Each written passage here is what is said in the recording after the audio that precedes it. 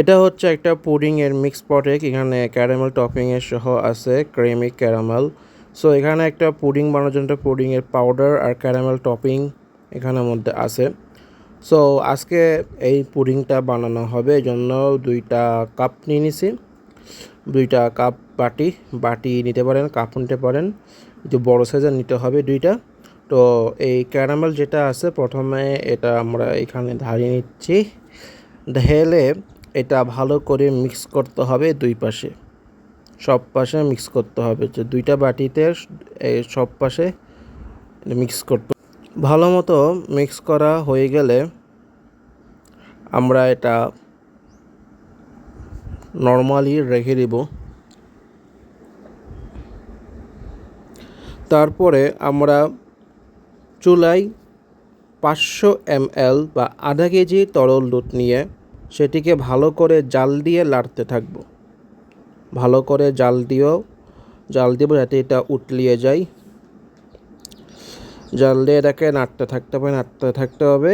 এর নাড়ার মধ্যে ধিমা জালে মাঝ আঁচে আমরা পুডিংয়ের সম্পূর্ণ পাউডারটুকু এখানে ঢেলে 3 থেকে 4 মিনিট নাড়তে থাকবো যাতে পুডিংটা ভালো করে মিশে যায় আর মিশ্রণটি ঘন হয়। চুলার জাল মাঝ আঁচে রেখে আমরা নাড়তে থাকবো। সো এটা ঠান্ডা করার জন্য আমরা 3-4 মিনিট রেখে দিব। 3-4 মিনিট পর মিশ্রণটি আমরা 2 বাটিতে ঢেলে নিব সমান পরিমাণ করে।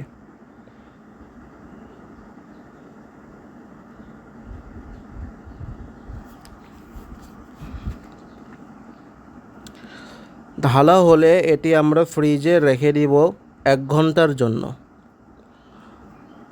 সো এটা ডিপ ফ্রিজে রাখা হচ্ছে। 1 ঘন্টা পর ডিপ ফ্রিজ থেকে আমরা তুলে নিব। সো আমাদের 1 ঘন্টা হয়ে গেছে, আমরা ডিপ ফ্রিজ থেকে এটা বাইর করে নিচ্ছি। আপনারা দেখতে পারতেছেন মিশ্রণটি একদম ভালো করে জমে গেছে। এটি এখন খাবার উপযুক্ত। এখন আমরা এটা বাটিতে ঢেলে নিব।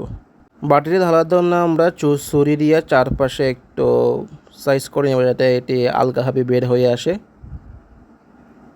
সো ফাইনালি আমরা এটা বাইর করলাম।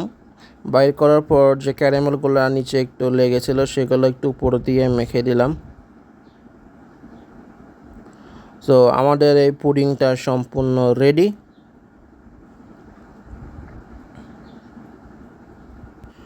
সো আমাদের পুডিং এখন সম্পূর্ণ রেডি পরিবেশন করার জন্য।